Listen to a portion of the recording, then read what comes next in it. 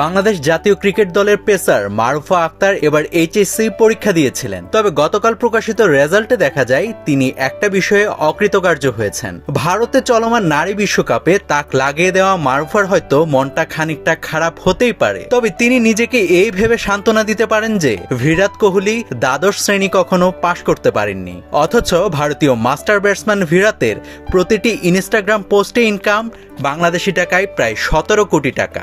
একদিন হয়তো এভাবে আমাদের মারুফাও উপার্জন করবেন। বিরাটের ইনস্টাগ্রামে পোস্ট দিয়ে অর্থ উপার্জনের কথা যেহেতু উঠে গেল, তাই দেখে নেওয়া যাক মেসি কিংবা রোনালদো একটি পোস্টে ইনস্টাগ্রাম থেকে কত উপার্জন করেন।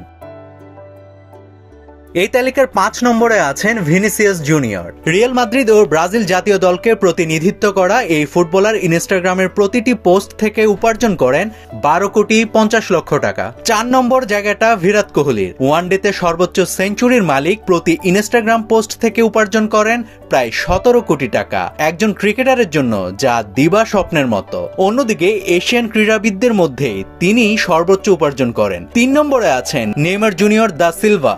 ব্রাজিলের হয়ে সর্বোচ্চ গোলের মালিক নেইমার প্রতিটি ইনস্টাগ্রাম পোস্টে উপার্জন করেন প্রায় 22 কোটি টাকা। তাই তো ইনজুরির কারণে খেলার মাঠে না থাকলেও ইনস্টাতে নিয়মিত থাকেন এই সেন্সেশনাল ফুটবলার। 2 নম্বরে আছেন বাঁ পায়ের জাদুকর লিওনেল মেসি। আর্জেন্টাইন মহাতারকা মাঠের মতোই মাতাতে পারেন সোশ্যাল মিডিয়াটাও।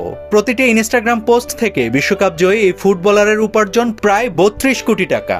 আর তালিকার শীর্ষে আছেন বিশ্বের বিস্ময় ক্রিস্টিয়ানো রোনালদো। পর্তুগিজ মহাতারকার ইনস্টাগ্রামে আছে 65 কোটি 88 লাখ ফলোয়ার। প্রতি পোস্টে CR7 এর ইনকাম প্রায় 39.5 কোটি টাকা। নাভিদ হাসান, সোনালী নিউজ।